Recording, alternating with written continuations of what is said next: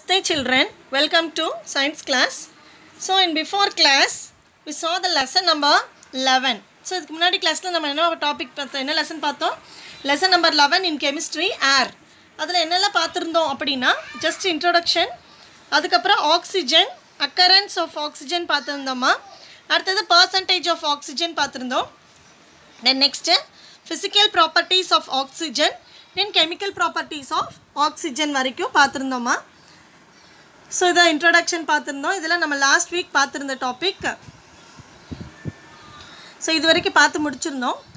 Next இப்போ நம்ம பார்க்க போகிறது என்ன அப்படின்னா, today we are going to see reactivity of oxygen with metals. அதாவது ஆக்சிஜன் வந்து மெட்டல்ஸ் கூட ரியாக்ட் ஆச்சு அப்படின்னா மெட்டல் ஆக்சைட்ஸை ப்ராடக்டாக நமக்கு கொடுக்கும். ஸோ என்னென்ன மெட்டல், என்னென்ன ஆக்சைடு, என்னென்ன ப்ராடக்ட் ஃபார்ம் ஆகுது, எந்த டெம்பரேச்சர் லெவல் எவ்வளோ அப்படிங்கிறது நம்ம இங்கே பார்க்கலாம்.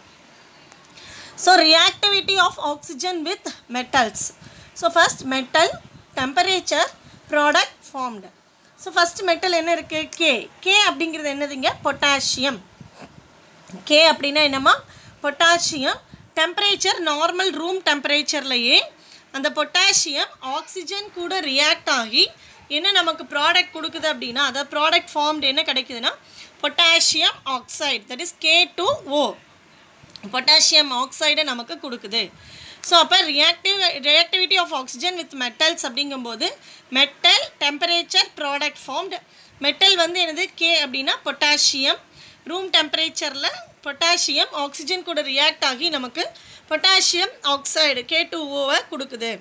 அடுத்தது Mg means magnesium. Heating slightly, அதாவது அந்த மெக்னீஷியம் வந்து ஸ்லைட்டாக என்ன பண்ணணும்? ஹீட் பண்ணணும். அப்போ என்ன நமக்கு கிடைக்கும்? Magnesium oxide, that is MgO. Next calcium, Caனா கால்சியம். ஹீட்டிங் ஸ்லைட்லி, அதையும் வந்து ஸ்லைட்டாக என்ன பண்ணணும்? அதை லைட்டாக வந்து ஹீட் பண்ணணும். அப்படி ஹீட் பண்ணும்போது ஆக்சிஜன் கூட ரியாக்ட் ஆகி நமக்கு என்ன கிடைக்குது? Calcium oxide, CaO. நெக்ஸ்ட்டு பாருங்கள், Feனா அயன், Cuனா காப்பர், Agனா சில்வர். அது ஹை டெம்பரேச்சரில் நார்மலாக ஹீட் பண்ணுறது கிடையாது, ரூம் டெம்பரேச்சரும் கிடையாது. அதிகப்படியாக நம்ம ஹீட் பண்ணும்போது தான் அயன், காப்பர், சில்வர் இது எல்லாமே என்ன ஆகுது? ஆக்சிஜன் கூட ரியாக்ட் ஆகி அதோட மெட்டல் ஆக்சைட்ஸை நமக்கு கொடுக்குது. இப்போ Fe அப்படின்னா அயன். அயன் ஆக்சிஜன் கூட ரியாக்ட் ஆகி என்ன கிடைக்குது? Iron oxide. அதோட ஃபார்முலா பாருங்கள், அயன் ஆக்சைடோட ஃபார்முலா Fe3O4. அடுத்தது காப்பர் ஹீட் பண்ணும்போது என்ன கிடைக்குது? Cupric oxide, that is CuO. அடுத்தது Ag சில்வர் ஆக்சைடு, Ag2O. அடுத்தது பாருங்கள் கோல்டு. Auனா இங்கே கோல்டு, Ptனா பிளாட்டினம். Auனா கோல்டுமா, Ptனா platinum. Even at high temperature, ரொம்ப டெம்பரேச்சர் அதிகமே வச்சா கூட நோ ஆக்ஷன். அது வந்து என்னது? ஆக்சிஜன் கூட ரியாக்ட் ஆகவே ஆகாதான். ஸோ அப்போது Auனா கோல்டு, Ptனா platinum. Even at high temperature கூட டெம்பரேச்சரில் கூட ஆக்சிஜன் கூட அது ரியாக்ட் ஆகவே ஆகாது. அடுத்தது ரியாக்ஷன் வித் நான் மெட்டல்ஸ். நான் மெட்டல்ஸ்னால் என்னம்மா? மெட்டல்ஸ் இல்லாததெல்லாம் வந்து நான் மெட்டல்ஸ் அப்படின்னு சொல்கிறோம். அப்போ அது வந்து என்னது? நான் மெட்டாலிக் ஆக்சைட்ஸை ஃபார்ம் பண்ணுது. ஆக்சிஜன் நான் மெட்டல்ஸ் கூட ரியாக்ட் ஆகி நான் மெட்டாலிக் ஆக்சைட்ஸை உருவாக்குது. So oxygen reacts with various non-metals like hydrogen, nitrogen, carbon, sulfur, phosphorus, etc. So இந்த பீரியோடிக் கிளாஸிஃபிகேஷனில் போய் பார்த்தீங்கன்னா அதில் இருக்குமா, அதாவது நான் மெட்டல்ஸ்லாம் எதுன்ட்டு. அப்போ இந்த ஆக்சிஜன் வேரியஸ் நான் மெட்டல்ஸ் கூட ரியாக்ட் ஆகி நான் மெட்டாலிக் ஆக்சைட்ஸை நமக்கு ஃபார்ம் பண்ணி கொடுக்குது. So oxygen reacts with various நான் metals like hydrogen, nitrogen, carbon, sulphur, phosphorus இது எல்லாமே நான் மெட்டல்ஸ் தான், பவுடர் ஃபார்மில் இருக்கும். ஸோ ஹைட்ரஜன்கிறது கேஸு, நைட்ரஜன்கிறது கேஸு, கார்பன்கிறது சார்கோல், கறி பவுடர்னு சொல்கிறோம் இல்லைங்களா, அதுதான் கறி துண்டுன்னு சொல்கிறோம் இல்லைங்களா, அதுதான். அதே மாதிரி சல்ஃபர், இப்போ இந்த வெடி மருந்துலலாம் யூஸ் பண்ணுறாங்களே இந்த சல்ஃபர், பாஸ்பரஸ், தீக்குச்சியில் இது பண்ணுறது. அப்போ இது எல்லாமே வந்து பவுடர் ஃபார்மில் தான் இருக்கும். இப்போ இது எல்லாமே வந்துட்டு நான் மெட்டல்ஸ் அப்படின்னு சொல்கிறோம். இதெல்லாம் வந்து ஆக்சிஜன் கூட ரியாக்ட் ஆகி அதுக்கு தகுந்த மாதிரி அதோட ஆக்சைட்ஸ் அது உருவாக்குது, நான் மெட்டாலிக் ஆக்சைட்ஸை ஃபார்ம் பண்ணுது. ஸோ அதை தான் சொல்லியிருக்காங்க, ஆக்சிஜன் ரியாக்ட்ஸ் வித் வேரியஸ் நான் metals like hydrogen, nitrogen, carbon, sulphur, phosphorus etcetera to give corresponding அதுக்கான non-metallic oxides அது ப்ரொவைட் பண்ணுது. So to give corresponding non-metallic oxides which are generally acidic in nature. ஜென்ரலாக அப்படி form ஆகக்கூடிய oxides வந்து என்னவாக இருக்குன்னா அசிடிக் இன் நேச்சர், இயற்கையாகவே அசிடிக்காக இருக்கும் அப்படின்னு சொல்கிறாங்க. புரிஞ்சுதுங்களா? So carbon, sulphur, phosphorus etcetera to give corresponding non-metallic oxides which are generally acidic in nature.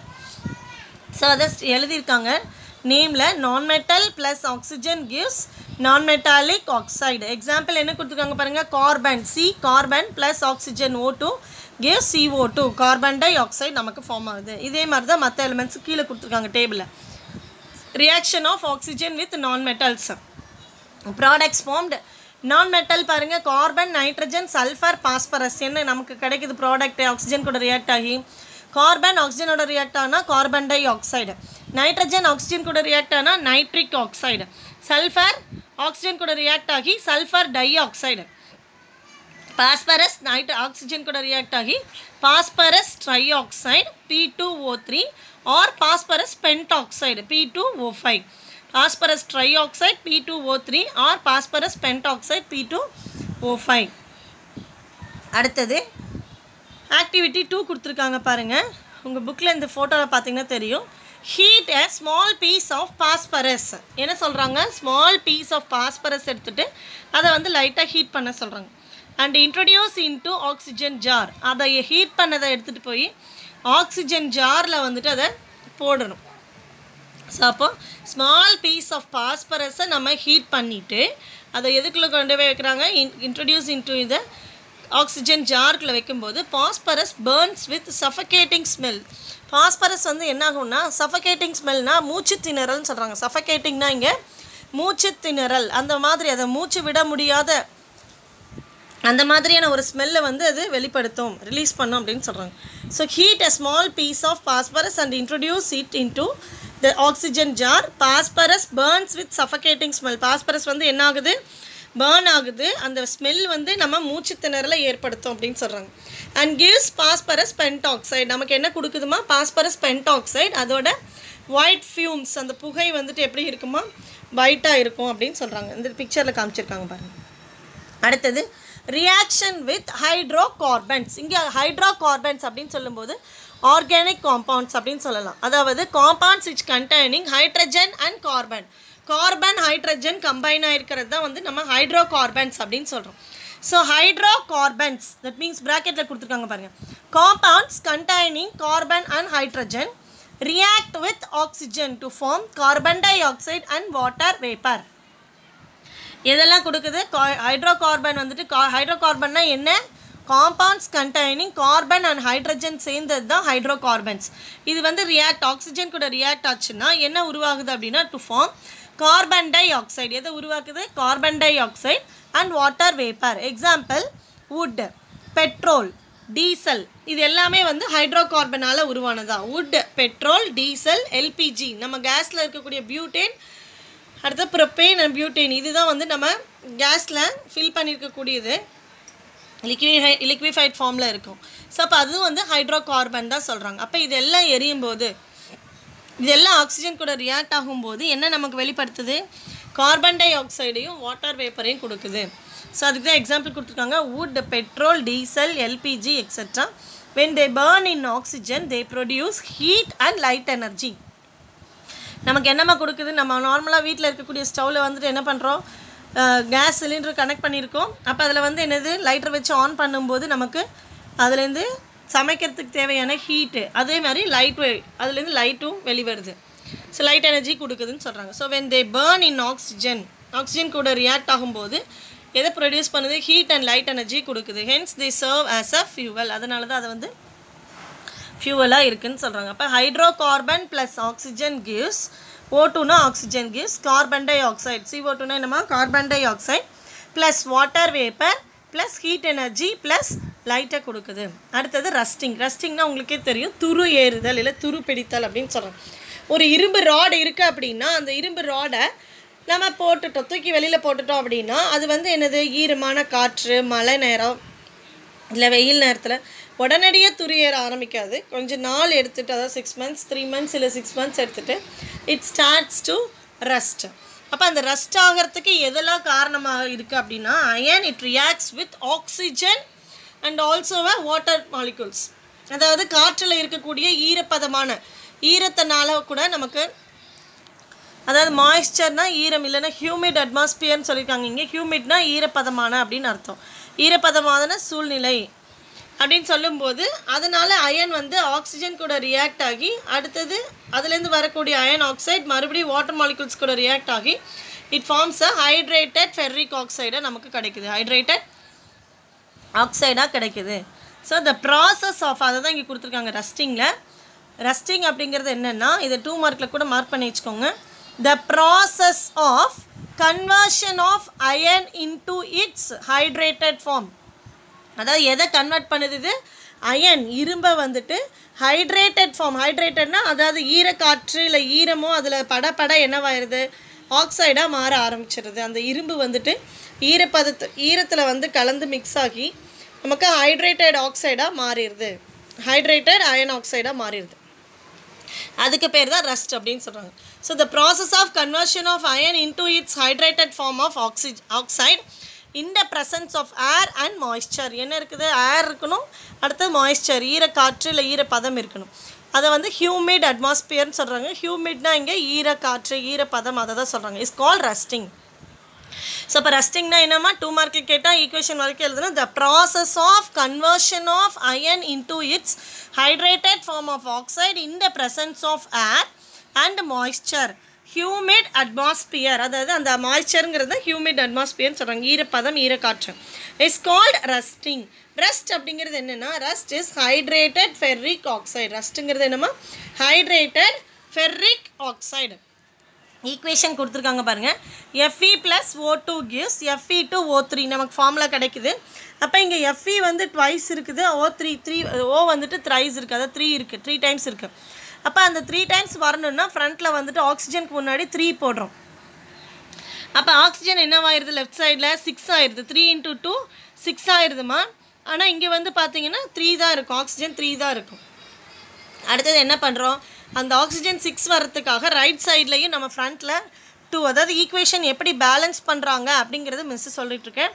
Suppose நீங்கள் எழுதி வச்சுக்கோங்க, Fe + O2 மட்டும் நம்ம சப்ஸ்டியூட் பண்ணுறோம். Fe + O2 gives Fe2O3 அப்படின்னு ஆன்சர் கிடைக்குது, ப்ராடக்ட் கிடைக்குது. அப்போ ரைட் சைடில் ஆக்சிஜன் வந்து 3 மாலிகுல், அதாவது 3 வந்துருச்சு. லெஃப்ட் சைடில் 2 தான் இருக்குது. அப்போ அதை பேலன்ஸ் பண்ணுறதுக்கு என்ன பண்ணுறோம், ஆக்சிஜனுக்கு முன்னாடி நம்ம நம்பர் 3 போடுறோம். அப்போ என்னவாயிருது, இப்போ ஆக்சிஜன் 3 2s are 6 ஆயிடுது. ஆல்ரெடி O2 இருக்குது, 3 மல்டிப்ளை பண்ணும்போது 3 2s are 6. ஆனால் ரைட் சைடில் நமக்கு 3 மட்டும்தான் இருக்குது. அப்போ அதை பேலன்ஸ் பண்ணுறதுக்கு Feக்கு முன்னாடி என்ன பண்ணுறோம் 2. அப்போ ஆக்சிஜனை மல்டிப்ளை பண்ணும்போது ஆக்சிஜன் கூட மல்டிப்ளை பண்ணும்போது இப்போ 3 2s are 6 ஆக்சிஜன் பேலன்ஸ் ஆயிடுச்சு. ஆனால் Fe என்னவாயிருச்சு 2 2s are 4ன்னு ஆயிடுச்சு. அப்போ அதுக்கு என்ன பண்ணுவோம், லெஃப்ட் சைடில் 4ன்னு போட்டு மல்டிப்ளை பண்ணுவோம், அவ்வளோதான். அப்போ ஈக்குவேஷன் இது இப்படி தான் பேலன்ஸ் பண்ணணும். So 4Fe + 3O2 gives 2Fe2O3. அடுத்தது என்ன பண்ணுறாங்க, அந்த Fe2O3 அகைன் அதாவது எக்ஸ் அப்படின்னு சொல்லும்போது இங்கே கீழே கொடுத்துருக்காங்க பாருங்கள், number of water molecules which is variable. Number of water மாலிகூல்ஸ்னால் நம்ம அதை வந்து எண்ணிக்கையில் சொல்லவே முடியாது. இவ்வளோ நம்ம வாட்டர் மாலிகூல்ஸ் தான் இருக்குது அப்படிங்கிறத நான் எண்ணிக்கையில் சொல்லவே முடியாது. அதனால தான் அவங்க என்ன போட்டாங்க, எக்ஸ். அப்போ அகைன் தட்ஸ் Fe2O3 H2ஓட ரியாக்ட் ஆகி Fe2O3 + H2O ரியாக்ட் ஆகி நமக்கு என்ன கிடைக்குது, Fe2O3 டாட் XH2O. இதுதான் வந்து ரஸ்ட் அப்படின்னு சொல்கிறாங்க. அப்போ இதுதான் வந்து என்னம்மா ரஸ்ட். அப்போ இதை 2 மார்க் கொஸ்டினில் மார்க் பண்ணிக்கோங்க ஃபுல்லாகவே, இந்த ஈக்குவேஷன் வரைக்கும் மார்க் பண்ணிக்கோங்க. First iron it reacts with oxygen and it forms iron oxide மாறுது, Fe2O3 மாறுது.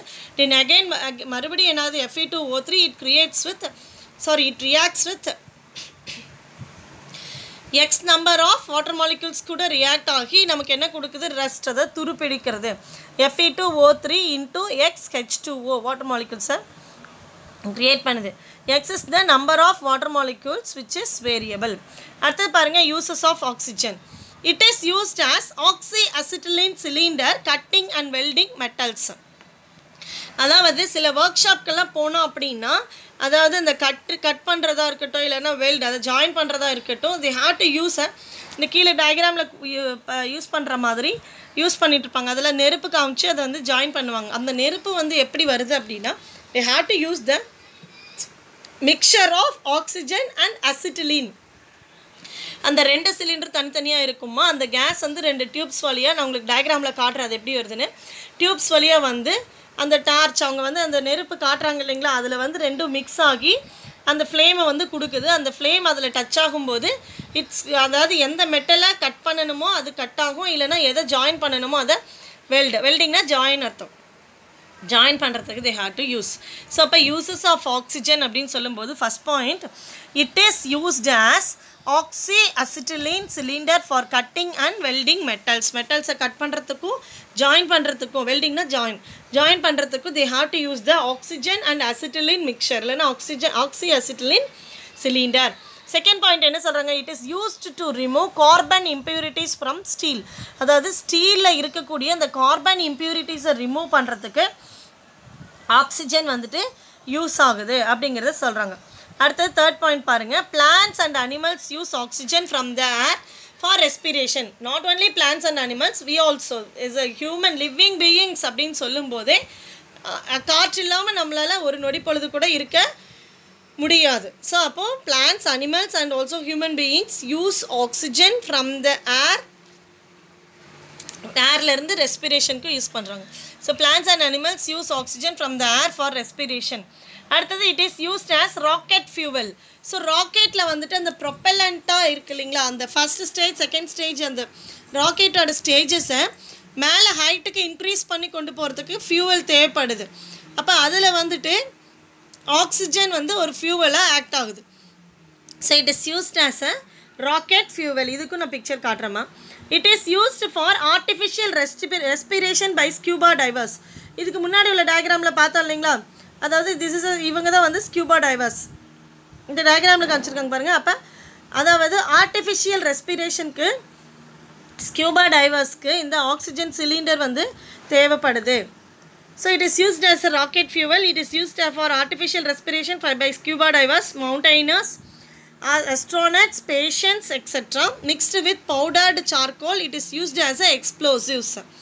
ஸோ அப்போ வந்துட்டு மவுண்டெய்னர்ஸ், அஸ்ட்ரானட்ஸ், பேஷண்ட்ஸ் எக்ஸட்ரா இவங்களுக்கு எல்லாத்துக்குமே ஆர்டிஃபிஷியல் ரெஸ்பிரேஷனாக ஆக்சிஜன் வந்து யூஸ் ஆகுது. அடுத்தது இந்த ஆக்சிஜனை வந்து மிக்ஸ்டு வித் பவுடர்டு சார்கோலோட மிக்ஸ் பண்ணி இட் இஸ் யூஸ்ட் ஆஸ் எக்ஸ்ப்ளோசிவ்ஸாகவும் யூஸ் பண்ணுறாங்க. It is used in the synthesis of methanol and ammonia. So synthesis தான் இங்கே டெவலப்டு அப்படின்னு சொல்லலாம். It is used in the development of methanol and ammonia அப்படின்னு சொல்கிறாங்கம்மா. அடுத்தது நைட்ரஜன்.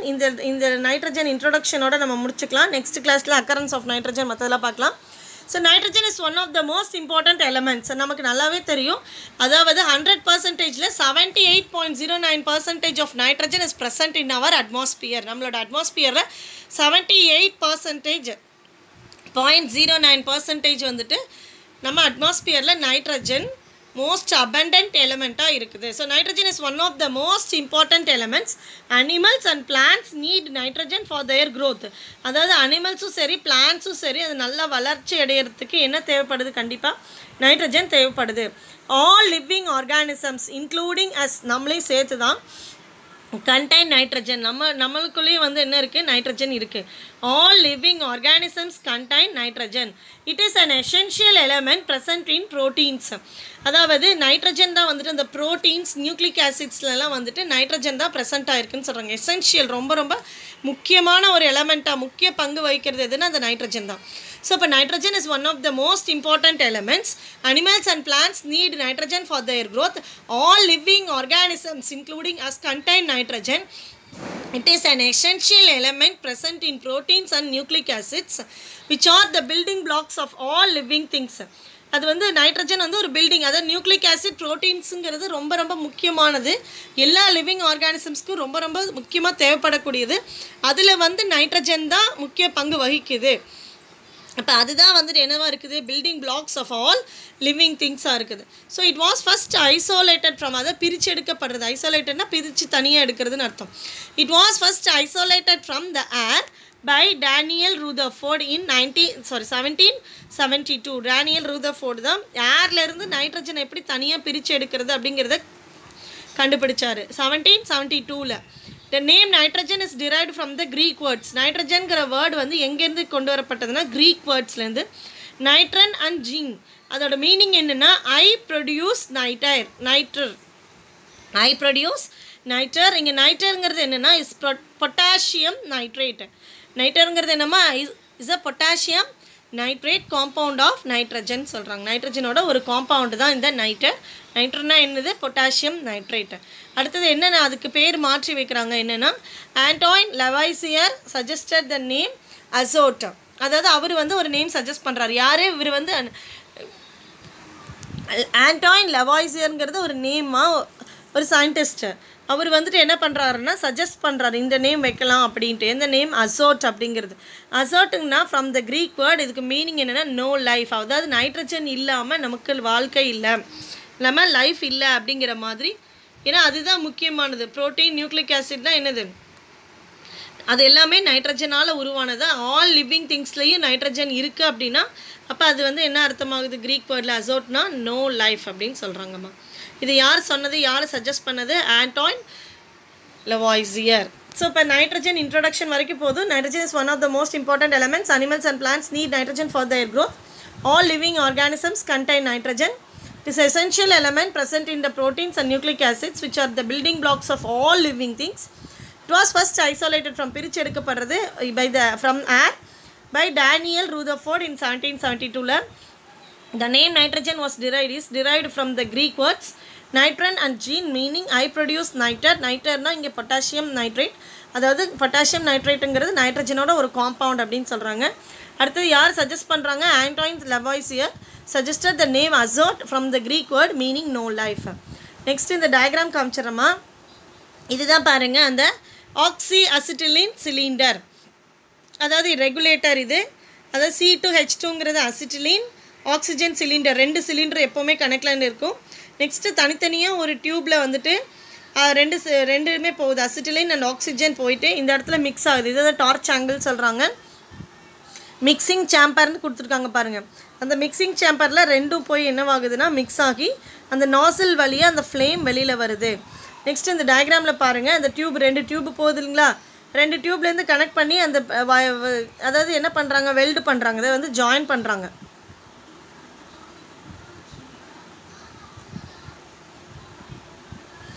இதுதான் வந்துட்டு அந்த சிலிண்டர். நெக்ஸ்ட்டு இதை தான் வந்து டார்ச்சுன்னு சொல்கிறாங்க. இந்த டியூப் வழியாக போயிட்டு இதில் வந்து என்ன ஆகுது போய் மிக்ஸ் ஆகி இதுலேருந்து அந்த நெருப்பு ஃப்ளேம் வருது. நெக்ஸ்ட்டு இங்கே பாருங்கள் ஆக்சிஜன் அதாவது ஃபியூவல் ப்ரொப்பல்லண்ட்டாக இருக்குதுன்னு சொன்னோம் இல்லைங்களா? அதாவது ஃபஸ்ட்டு ஸ்டேஜில் வந்து லிக்விட் ஆக்சிஜன் தான் யூஸ் பண்ணுறாங்க. Kerosene stabilising fin nozzle. Second stage and third ஸ்டேஜில் தான் ஃபியூவல் லிக்விட் ஹைட்ரஜன் வந்து யூஸ் பண்ணுறாங்க. ஸோ ஃபஸ்ட்டு இனிஷியல் ஸ்டேஜில் அந்த ப்ரொப்பல்ஷன் அதாவது நெருப்பை வெளிவிட்டு மேலே ரைஸ் பண்ணணும் அப்படின்னா ராக்கெட்டை அதுக்கு கண்டிப்பாக என்னது லிக்விட் ஆக்சிஜனுங்க ப்ரொப்பல்லண்ட்டாக யூஸ் பண்ணுறாங்க. இது புரிஞ்சுதாம்மா? இதுதான் வந்து என்னது ஆக்சி அசிட்டிலின் சிலிண்டர். அதாவது அசிட்டிலின் தனியாக இருக்கும், ஆக்சிஜன் சிலிண்டர் தனியாக இருக்கும். அந்த ரெண்டும் தனித்தனி டியூப் வழியாக கனெக்ட் ஆகி மிக்சிங் சேம்பர் அதாவது அந்த நாபில் வழியாக ஜாயின் ஆகி 2 மிக்ஸ் ஆகி அந்த வெல்டிங்க்கு வந்து அவங்க அதை யூஸ் பண்ணுறாங்கம்மா.